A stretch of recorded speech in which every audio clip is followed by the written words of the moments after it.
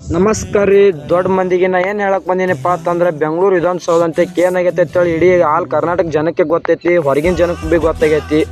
ಏನಾಗೈತಿಪ್ಪ ಅಂದ್ರೆ ನಿಮ್ಗೆ ಗೊತ್ತಿದ್ದಿತ್ತಲ್ಲ, ಒಂದು ಸಾರಿ ವಿಡಿಯೋ ಹಾಕ್ತೀನಿ, ನೋಡ್ಕೊಂಡು ಬರ್ಬೇಕಾರೆ.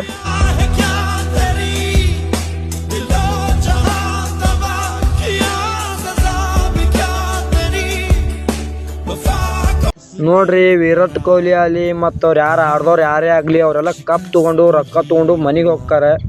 ನೀವು ಹುಚ್ಚು ಪ್ರೀತಿ ತೋರ್ಸಕ್ಕೆ ಹೋಗಿ ನಿಮ್ಮ ಜೀವಕ್ಕೆ ಆಪತ್ತಿ ಮಾಡ್ಕೊಳತ್ತೀರಿ. ಮತ್ತು ಅದು ಹೋದ್ರೆ ಹೋಗಲ್ಯಾಕ್ರಿ. ಮತ್ತು ಒಬ್ಬ ನೋಡ್ರಿ ಗಿಡದ ಚಂಡದಾಗ ಕೂತಾನ್ರಿ, ಅವ್ನು ಮ್ಯಾಗಿನ ಬಿದ್ರೆ ಅವ್ನು ಎಲುಬು ಸಹ ಸಿಗಂಗಿಲ್ಲ ರೀ.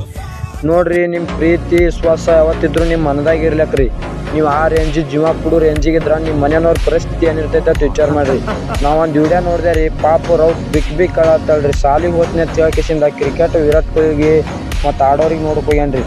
ನೋಡ್ರಿ, ಸಾಧ್ಯ ನಿಮ್ಗೆ ಆಪತ್ತಿ ಆಗೈತೆ ಅಂದಾಗ ಅವ್ರೇನು ಯಾರು ಬಂದು ನೋಡ್ತಾರೇನ್ರಿ. RCB ಫ್ಯಾನ್ಸ್ ಇದ್ದವ್ರಿಗೆ ಒತ್ತರಿಗೆ ಹೇಳತ್ತೀನಿ, ಭಾಳ ಹುಚ್ಚು ಪ್ರೀತಿ ತೋರ್ಸ್ಕೊಬಿಡ್ರಿ. ನಾನು ನೋಡ್ಕೊಂಡು ಹೇಳತ್ತೀನಿ.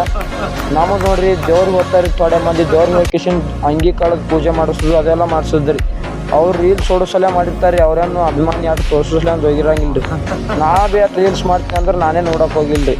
ನೀವು ಹುಚ್ಚರ ಥರ ಮಾಡ್ಕಿಸಿ ನಿಮ್ಮ ಜೀವಕ್ಕೆ ನೀವೇ ಆಪತ್ತು ಮಾಡ್ಕೊಳತ್ತೀರಿ. ನಾ ತಪ್ಪು ಮಾತಾಡಿದೆ ಅಂದ್ರೆ ಮೆಟ್ಲೆ ಹೊಡ್ರಿ ಕಮೆಂಟ್ನ ಬಂದು. ನಮಸ್ಕಾರ. ಮುಂದಿನ ಸಾರಿ ಕಪ್ ನಮ್ಮದೇ ಮತ್ತು ತಿಳ್ಕೊತ್ ಮತ್ತು ಮುಂದಿನ ವರ್ಷ ಹಿಂಗೆ ಮಾಡಿರಿ.